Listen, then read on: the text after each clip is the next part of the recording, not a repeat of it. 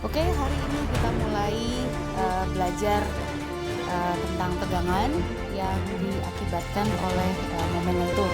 Untuk sementara ini, karena tidak ada mahasiswanya, kita belajar online, maka langsung saya berkomunikasi dengan kamera.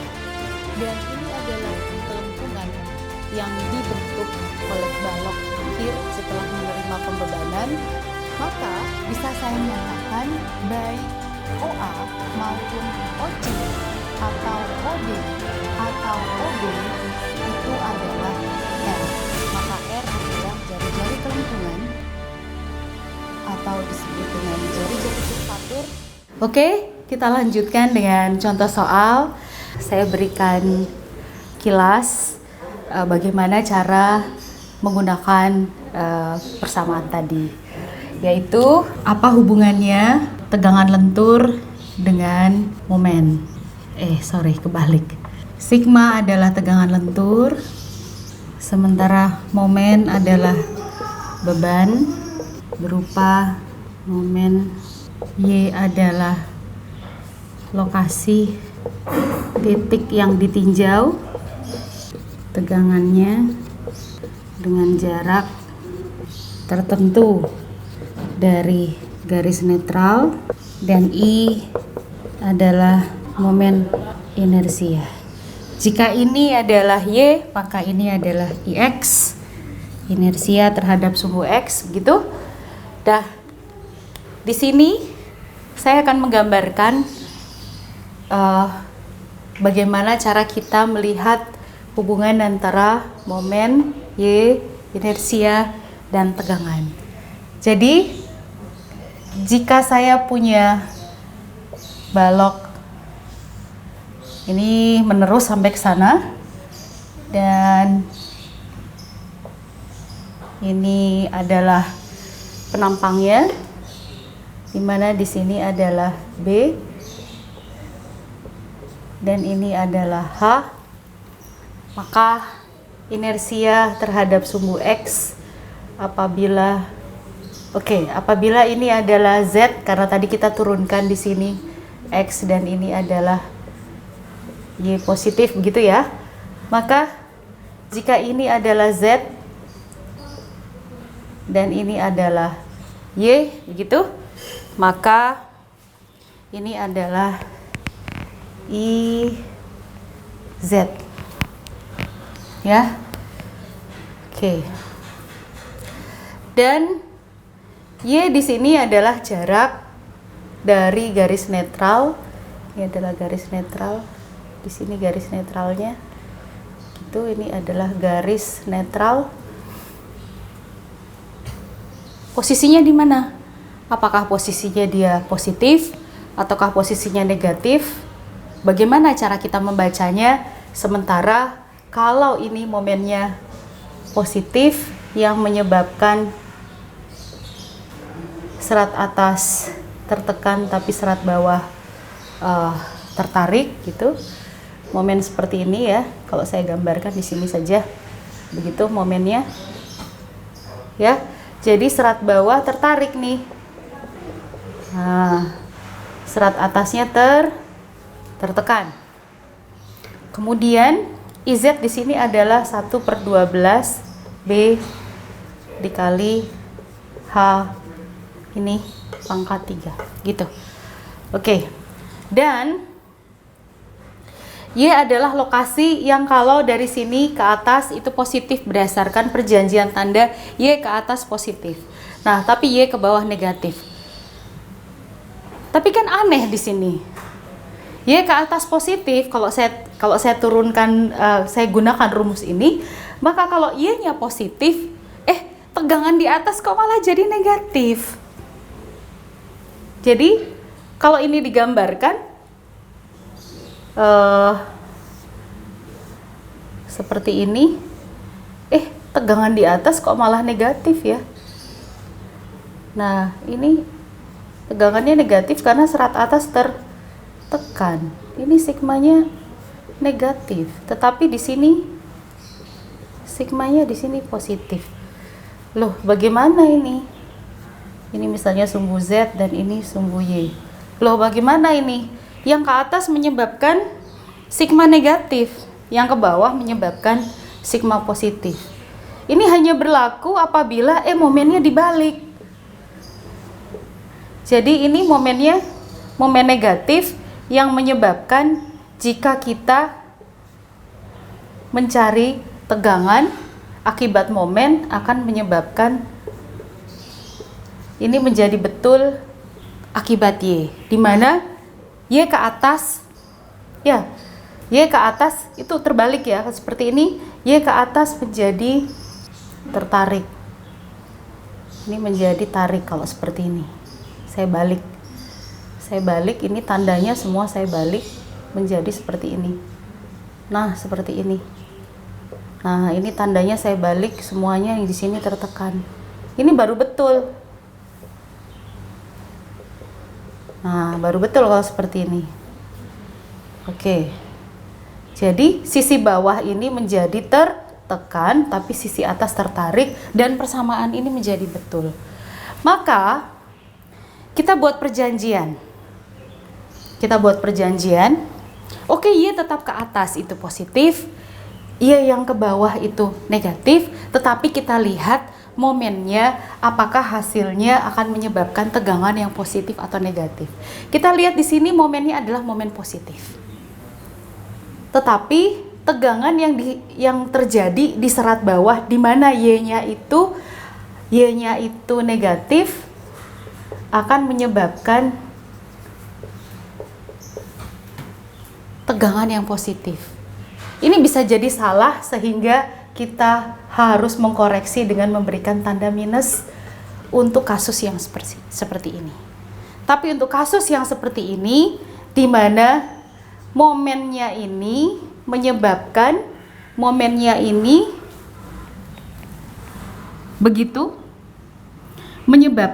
Y-nya yang ke arah negatif jadi betul negatif, Y yang ke arahnya positif jadi betul positif, maka rumus ini digunakan. Nah, sekarang kita gunakan perjanjian tanda untuk tangan kanan. Tanda jempol ini adalah arah momen, ya. Dan ini adalah panahnya momen, akan saya gambarkan di sini. Dan jari-jari saya yang lain, 4 jari yang lain itu adalah arah putarannya.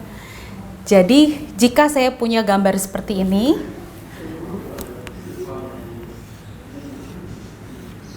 di mana ini adalah sumbu Z dan ini adalah sumbu Y, begitu. Sisi atas tertekan, tapi sisi bawah tertarik. Sisi atas tertekan, tapi sisi bawah tertarik.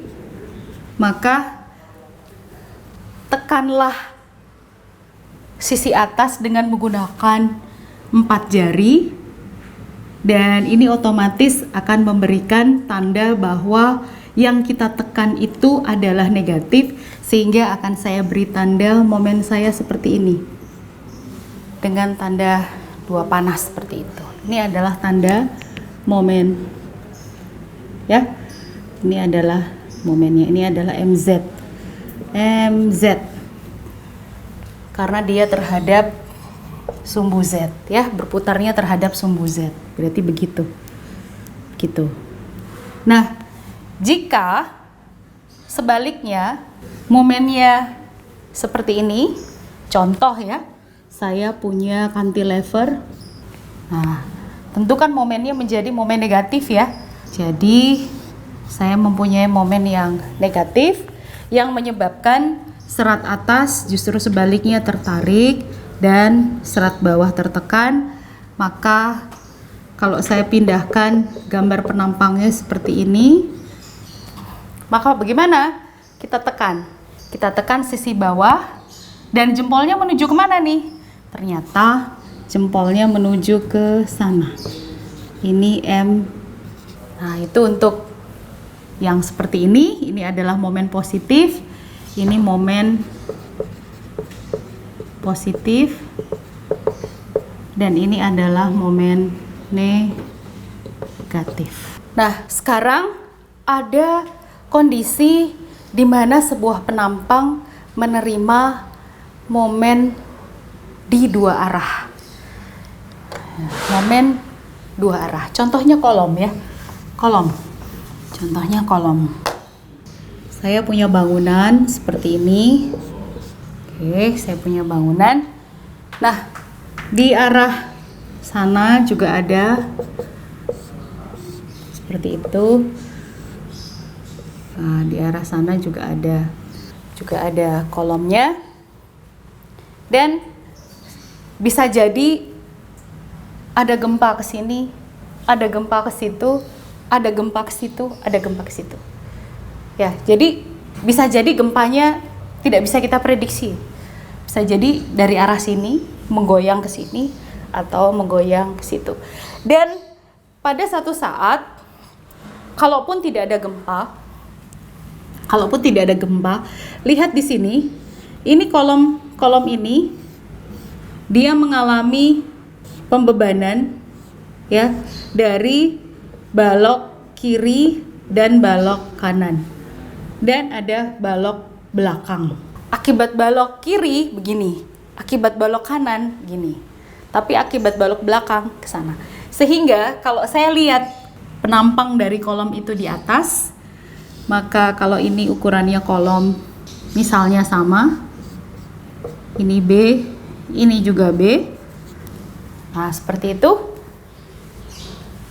Kolom ini bisa menerima pembebanan ke sana, bisa menerima pembebanan ke sana, sehingga bisa saya nyatakan kalau ini adalah Z dan ini adalah Y, begitu.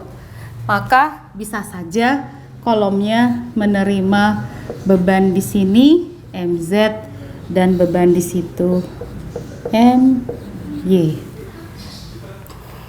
Nah, kolom ini, nah ini adalah balok kiri, ini adalah balok kanan, dan ya kalau kita lihat dari depan seperti ini, dia menerima, bisa jadi dia menerima momen akibat pembebanan di balok kanan dan pembebanan di balok kiri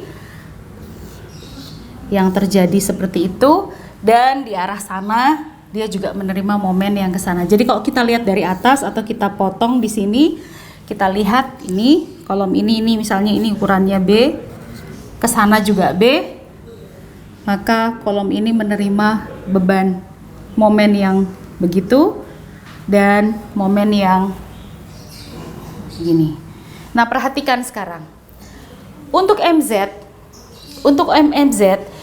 ini menyebabkan tegangan di sisi sebelah sini menjadi negatif. Karena MZ arahnya ke sana, ditandai oleh jempol ini, kemudian jari ini menekan, berarti MZ menyebabkan sisi bawah tertekan, tetapi sisi atas tertarik. Saya beri tanda dengan warna yang berbeda. Ini adalah MZ. MZ ini menyebabkan sisi bawah tertarik, tapi sisi tertekan, tapi sisi atas tertarik. Nah, bagaimana dengan MY? MY yang berwarna merah ini, ya, kita lihat jempol ke arah sana, dan ini menekan ke sini, akan menyebabkan sisi sebelah kanan tertekan, tapi sisi sebelah kiri tertarik. Nah, kalau saya arsir, yang tertekan itu saya arsir, maka karena berdasarkan ini gaya dari MZ ini menyebabkan sisi sebelah sini menjadi sangat tertekan. Misalnya ya, sangat tertekan. Saya arsir warna biru. Tapi akibat MY ini, kemudian ini tertekan, daerah sini semuanya tertekan, maka di sini saya arsir menjadi warna merah. Nah, daerah sini sangat tekan, Sementara daerah yang sebelah sini sangat tarik ya. Ini daerah yang sangat positif, sementara ini daerah yang sangat negatif. Nah, kira-kira seperti itu. Oke, mari kita lihat sebuah contoh apabila penampang kita mengalami pembebanan momen dua arah.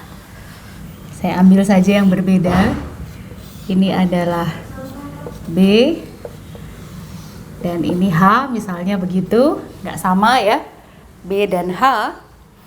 Kemudian saya punya koordinat di sini tertentu, tapi saya beri nama A lah, B, C, D.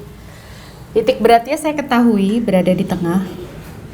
Ini adalah Z dan ini adalah Y. Oke. Nah, kemudian penampang ini mendapatkan pembebanan MZ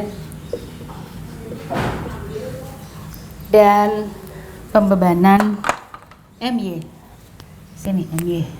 Bagaimana sekarang tegangannya? Nah, tegangan yang terjadi merupakan kombinasi ya.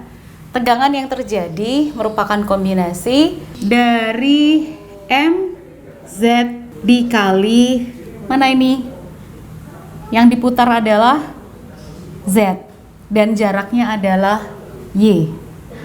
Ini jarak ke sini, jarak ke sana adalah Y. Jadi sumbu Z ini ya momennya begini. Nah, oke. Dikali dengan Y dibagi IZ. Kemudian kita beri tanda belakangan.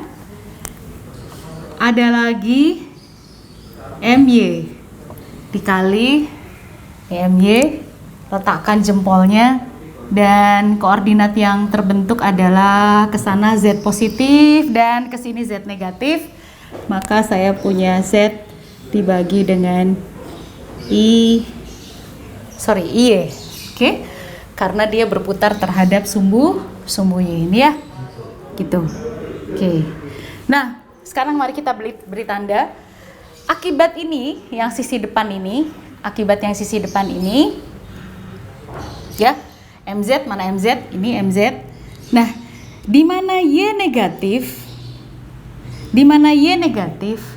hasil dari tegangannya adalah tekan atau negatif. Berarti tanda ini harusnya tanda positif. Jadi, pada saat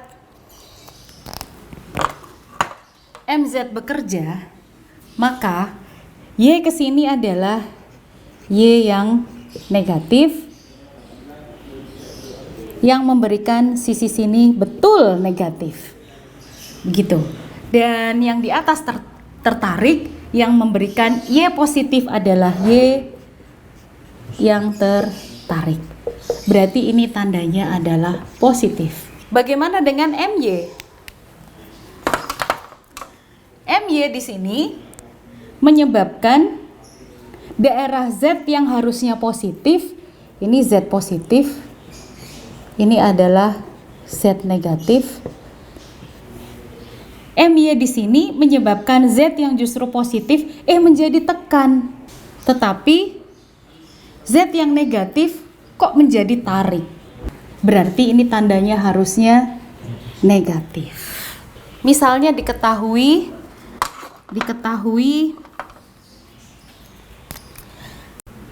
B adalah berapa B itu? 100? Atau dalam senti? Kurang 10 senti. Mau baja, mau kayu, mau beton. Oke, kita pilih ya. Misalnya di sini adalah 30 cm dan H adalah berapa? Terserah. 40 ya. Misalnya 40 cm. Dan momen yang terjadi adalah MZ misalnya diberikan berapa ton meter nih? Oke. 120, misalnya di sini 32 ton meter. Oke. Kemudian MY sama dengan 32, nggak pas angkanya, biar gini biar enak lah, 40. Oke, bagaimana tegangan yang ada di titik A, di titik B, di titik C, dan di titik D? Bagaimana? Kita tahu tegangan yang terjadi ini tadi. Oke. Jadi untuk yang A, kita masukkan satu-satu. Yang A berarti MZ. Lokasinya A di mana? Lokasinya A di sini. Nah, jikalau ini B adalah 30 dan ini adalah sumbu 0, maka di sini adalah minus 15, di sini plus D itu 15. Maka saya tulis di bawah sini saja. Minus 15. Di sini A juga minus 15, di sini 15. Nah, sementara itu Z-nya. Y-nya di sini 40. Oke, berarti di sini 20, di sini minus 20, dan di sini ini minus ya. Oh, plus ya, ini minus ya. Minus 20. Oke, dalam satuan senti. Oke, MZ di sini dikalikan Y. Y-nya A adalah 20. 20, perhatikan ini 20 kali 10 pangkat min 2. Berarti 0,2 ya. 0,2 dalam satuan meter dibagi dengan IZ. Nanti kita cari IZ. Terus kemudian minus MY-nya. MY di situ. MY tinggal dimasukkan. Kemudian Z-nya di situ adalah titik A. Z-nya adalah minus 15. Oke, 0,15. Ini dikalikan. Dibagi dengan IY. Dan seterusnya. Kita masukkan satu-satu. Sigma B sama di sini MZ. MZ dikali IZ. Gitu. B-nya ternyata 15,20. Kita masukkan apa adanya ya.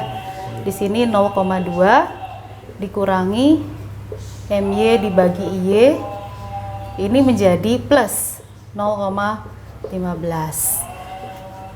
Sigma C adalah MZ per IZ dikali, nah ini C-nya semuanya negatif tuh. Min 0,2 min MY IY dikali min 0,15. Sementara yang sigma D, nah kebalikannya, MZ IZ, tetapi di sini minus 0,2. Nah, itu plus 0,15. Cek 2 plus 2 minus, 2 plus 2 minus. Nah, karena ini adalah negatif-negatif, maka sigma A sangat negatif. Harusnya ini tandanya adalah negatif. Oke, positif. Nah, tetapi di titik mana? Di sini sigma D itu sangat tertekan. Nah, ini ya, daerah sini sangat tertekan. Daerah sini sangat tertarik. Jadi sigma D di situ sangat tertekan. Pastinya di sini negatif. Di manakah kita mendapatkan titik nolnya ternyata? Nah, kita mau tahu juga nih titik nolnya di mana ya.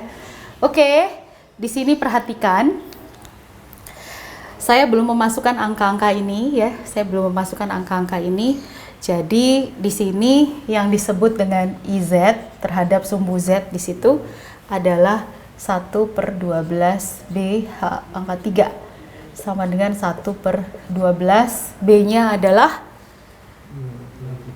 0,3, H-nya adalah 0,4 pangkat 3. Perhatikan satuannya meter pangkat 4. I, Y sama dengan 1/12 0,3 pangkat 3 kali 0,4.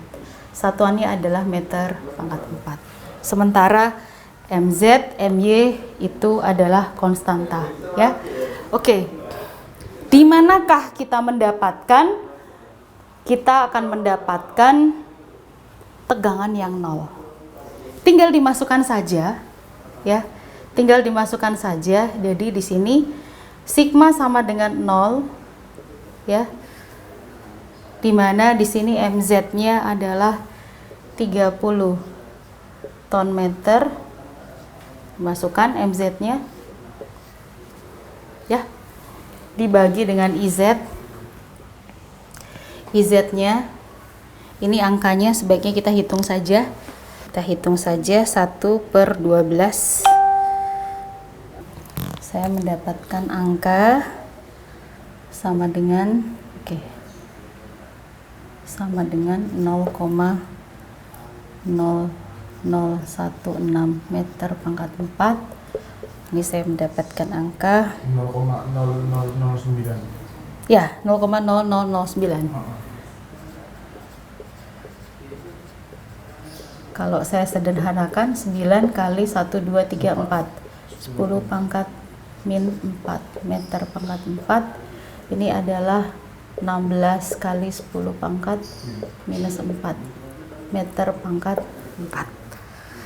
Oke, jadi 30 dibagi dengan IZ, ini dia 9 kali 10 pangkat minus 4. Sorry, IZ adalah 16. MZ, IZ 16 dikalikan dengan Y dikurangi 40 ton meter dibagi dengan 9 kali 10 pangkat minus 4 dikalikan dengan Z. Karena ini angkanya 0, maka kita mendapatkan persamaan Y sama dengan gitu ya. Y sama dengan ini dibalik jadi positif semua. 40 ton meter dibagi ini meter pangkat 4. Ini bisa dicoret semua.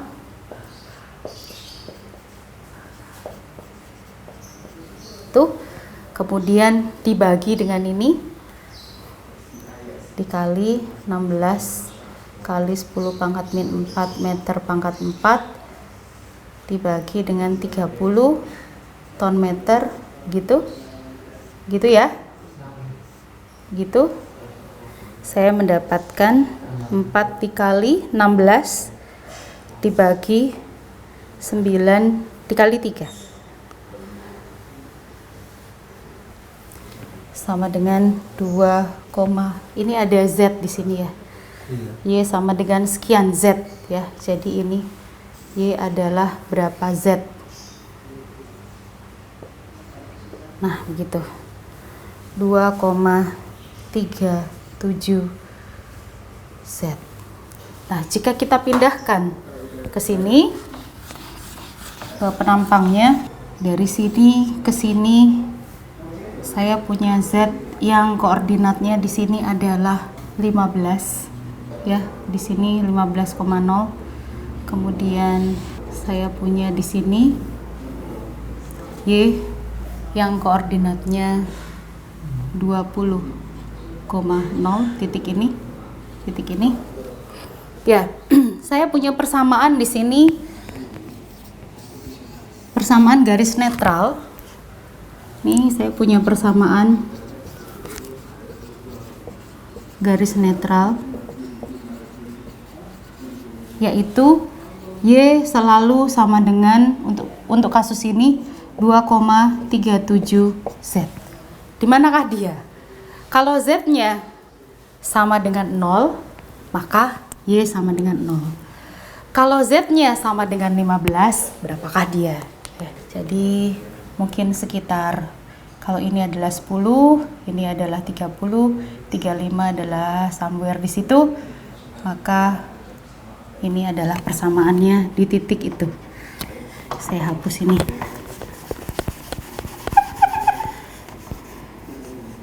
Oke. Di sini.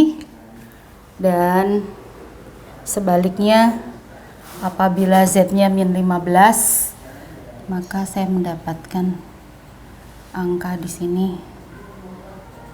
Mungkin di sini. Jadi kira-kira ini adalah garis netralnya. Ya, ini adalah garis netralnya. Saya ulangi, ini garis netral ini pada saat sigma, semua sigma sama dengan 0. Dan itulah yang menyebabkan sisi sebelah sini menjadi sangat negatif, sisi sebelah sini menjadi sangat positif, sehingga kalau saya gambarkan ini sangat positif gitu, dan ini menjadi 0, ini adalah 0. Tuh, ini adalah titik 0, dan di sini adalah tempat di mana dia sangat negatif. Jadi ini sisi positifnya, ini positifnya. Positif maksimum berada di sini, berada di sigma A. Kemudian saya mendapatkan di sini menjadi sangat negatif. Oke, saya pindahkan ke sini, ini menjadi sangat negatif. Ini adalah sigma D, sangat negatif. Ini sangat positif, dan ini tertekan. Sementara ini mungkin negatif, tapi mungkin kecil. Karena ini garis netralnya di sini adalah negatif, ya.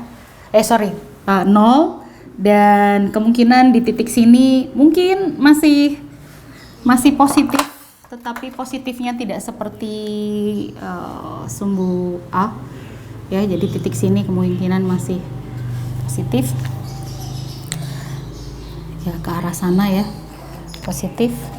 Tetapi di titik sini menjadi negatif, dan di titik sini menjadi 0.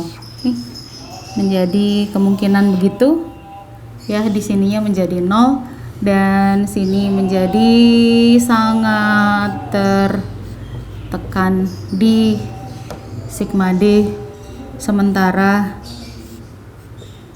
di tempat lain mungkin tidak terlalu seperti sigma D.